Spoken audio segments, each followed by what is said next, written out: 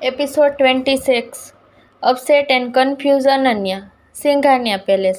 पायल परेशान सी बेड पर बैठी थी, वहीं निया बेफिक्र होकर स्टडी टेबल पर बैठी थी और अपने 2 दिन बाद होने वाले इंटरव्यू के लिए डिज़ाइन प्रिपेयर कर रही थी। ऐसे सिचुएशन में भी तू इतना रिलैक्स कैसे रह सकती है? तुझे आइडिया भी है हम कितनी बड़ी मुसीबत में फंस चुके हैं? पायल ने कहा। निया खुद को रिलैक्स करके बस अपने इंटरव्यू पर फोकस करना चाहती थी, मगर पायल के बार बार बोलने से वो डिस्टर्ब हो रही थी। वो इरिटेट होकर चेयर से उठ गई। वो पायल के पास आते हुए बोली, तू क्यों इतना टेंशन ले रही है? कुछ नहीं होगा। और अच्छा ही हुआ, अरशद भाई को सब पहले से पता था। परेशानी तब होती जब किसी को कुछ पता नहीं होता। इस पर पायल ने कंफ्यूज होकर निया को देखा और पूछा, तेरे कहने का क्या मतलब है? निया के फेस पर एक तिरछी स्माइल आ गई। वो पायल के बगल में बैठ गई। उसने पायल के कंधे पर हाथ रखा और उसे समझाते हुए कहा, तुझे याद है 2 दिन पहले तूने मुझसे कहा था? पायल ने कुछ सेकंड सोचने के बाद ना में सिर हिला दिया। तो निया बोली, पायल, वी आर सिंघानिया सिस्टर्स। भूल गई? तूने ही मुझसे कहा था। तो पायल बोली, निया मुझे सब याद है, लेकिन यह बात दूसरी है। शनाया को होश आ गया है। वो भले ही उस रात के बारे में किसी को कुछ ना बताए, पर वो हमसे रिवेंज लेने के लिए किसी भी हद तक जा सकती है। और तूने ही तो कहा इन सब में रिहान भी उसका साथ दे रहा है। तो निया बोली, दे रहा था। डोंट फॉरगेट कि इस वक्त वो भाई के अंडर है। क्या फ़र्क पड़ता है? हम तो मुसीबत में फंस चुके हैं। पायल बहुत डरी हुई थी। यह देख निया ने एक लंबी सांस ली और उसे रिलैक्स करते हुए बोली, पायल, तू इसलिए डर रही है क्योंकि फैमिली को सब कुछ पता चल गया है। तो पायल ने कहा, सिर्फ फैमिली नहीं, सनाया भी। अगर वो और निहाल मिले हुए हैं तो पक्का उसे हमारे बारे में सब कुछ पता होगा। इस वक्त उसने हमारे खिलाफ छोटा कदम उठाया है, लेकिन आगे चलकर वो हमारे खिलाफ कुछ भी कर सकती है। पायल की यह बात सुनकर निया अपनी हंसी रोक नहीं पाई और जोर जोर से हंसने लगी। उसने हंसते हुए ही कहा, पायल, सीरियसली ये तू है जो हर वक्त मुझे समझाया करती थी? आज वो खुद इतनी ज़्यादा डरी हुई है। लाइक सीरियसली, ये इतनी भी बड़ी बात नहीं है जितना तू परेशान हो रही है। उसे खुद पर हंसता देख पायल को गुस्सा आ गया। वो बिना कुछ कहे निया के रूम से जाने लगी कि पायल उसे रोकते हुए बोली, ओके बाबा, सॉरी, माफ़ कर दे, अब नहीं हंसूंगी। पायल ने घूर कर निया को देखा, फिर अपना फेस दूसरी तरफ मोड़ लिया। यह देख निया अपने कान पकड़ते हुए उसके सामने आ गई और बड़ी ही मासूमियत के साथ प्यार से बोली, सॉरी, मुझे तुझ पर नहीं हंसना चाहिए था, अब माफ़ कर दे। ठीक है, अब और नाटक करने की ज़रूरत नहीं है, पायल ने कहा। यह सुनते ही निया उछल कर उसके गले लग गई। You are the best sister in the world. और यह कहते ही उसने पायल को किस कर लिया। पायल के फेस पर भी स्माइल आ गई। चल अब मुझे बता, तेरे दिमाग में क्या चल रहा है? तू इतनी रिलैक्स कैसे है? पायल ने पूछा। ओके, मैं तुझे सब बताती हूँ, कहते हुए निया ने टेबल के पास गई और टेबल को ऑन किया। लैपटॉप स्क्रीन पर वही 5 डिज़ाइन शो हो रहे थे। यह देख पायल ने कहा, ये तो वही डिज़ाइन है। निया के फेस पर चमक आ गई और बोली, यस, यह वही डिज़ाइन है। तुझे पता है भाई ने क्या कहा है? उन्होंने कहा है कि इन सब में कहीं भी अनन्या का नाम नहीं आना चाहिए। हाँ, तूने कुछ देर पहले ही बताया था, पायल ने कहा और वो निया को समझने की कोशिश कर रही थी। निया की स्माइल और गहरी हो चली थी। वो बोली, रिहान ने चुपके से मेरी आईडी बनाई और फिर सनाया ने यह सारी डिज़ाइन नैना देसाई को बेच दी। जहाँ तक मैं सनाया को जानती हूँ, उसने नैना देसाई को डिज़ाइन के बारे में सच तो नहीं बताया होगा। अगर नैना देसाई को सच पता होता तो वो कभी भी डिज़ाइन नहीं खरीदती और ना ही मेरे खिलाफ कोई कंप्लेंट फाइल करती, क्योंकि मेरे खिलाफ जाने का मतलब है सिंघानियास के खिलाफ जाना। इस पर पायल ने सोचते हुए कहा, अगर सनाया ने नैना देसाई को डिज़ाइन का सच नहीं बताया है तो फिर ज़रूर कुछ ऐसा होगा जिसे सुनने के बाद नैना देसाई ने उसकी बात पर यकीन भी किया और लीगल एक्शन लेने के लिए भी तैयार हो गई। तो निया बोली, यह बात तो है, क्योंकि नैना देसाई ऐसे ही किसी पर यकीन नहीं करती।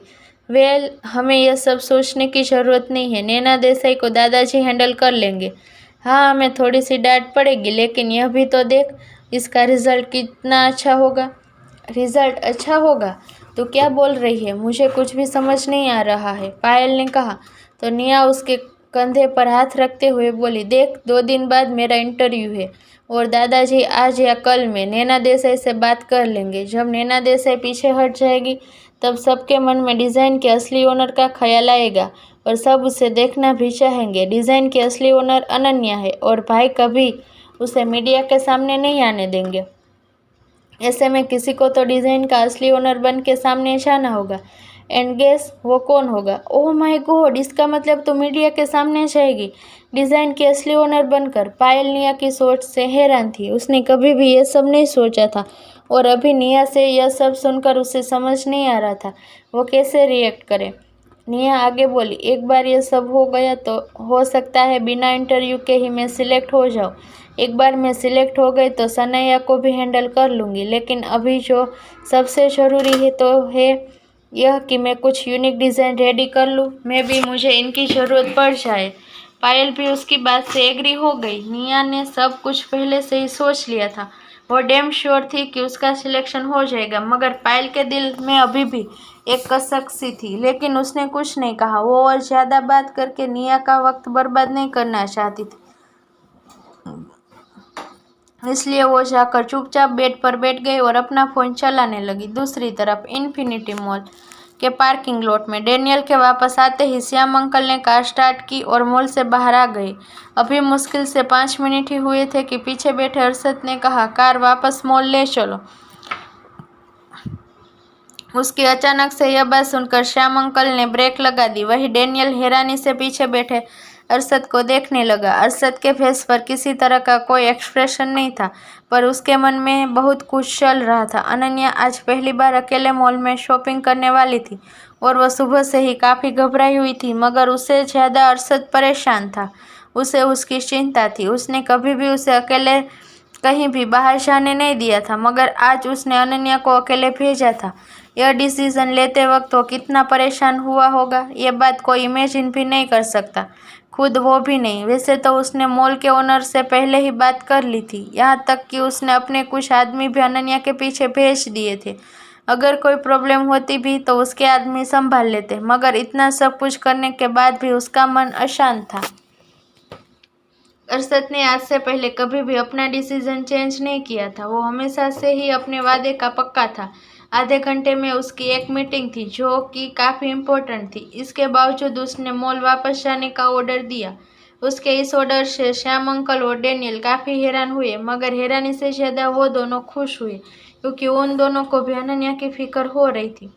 कार बीच सड़क पर रुकी थी, जिस वजह से सड़क पर काफ़ी ट्रैफिक लग चुका था। हॉर्न की तेज आवाज़ के साथ ही अब लोग अपने अपने कार से बाहर उतरने लगे थे। इससे पहले कि वो कार तक पहुंचते, श्याम अंकल ने कार स्टार्ट करके आगे निकल ली।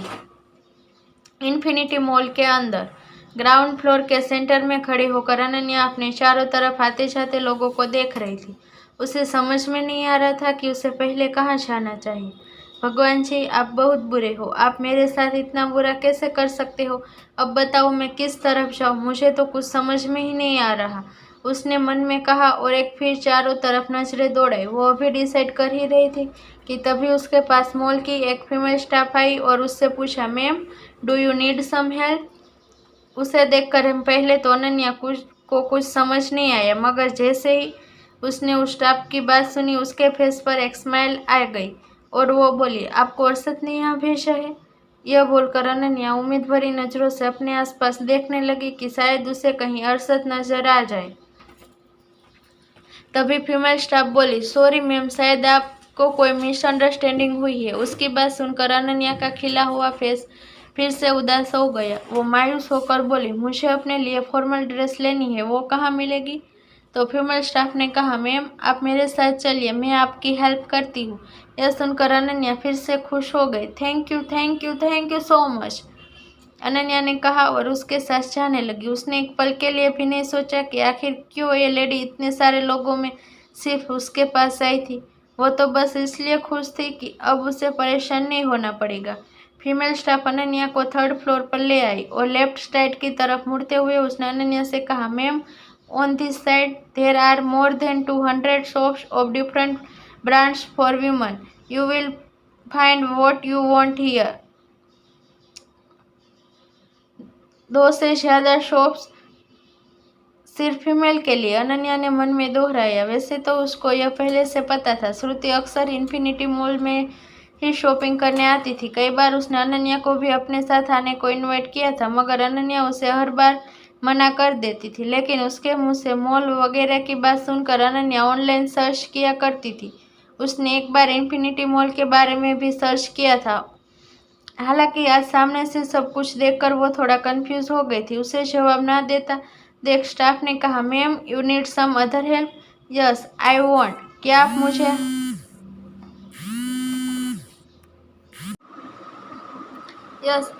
क्या आप मुझे सजेस्ट कर सकती है कि मुझे कौन से शॉप में जाना चाहिए? अनन्या ने पूछा। Sorry ma'am, we can not suggest you about any one shop. You decide for yourself which brand of dress you want to buy, staff ने कहा। Oh okay. अनन्या ने अपना सिर हिलाया और स्टाफ से वहां चली गई।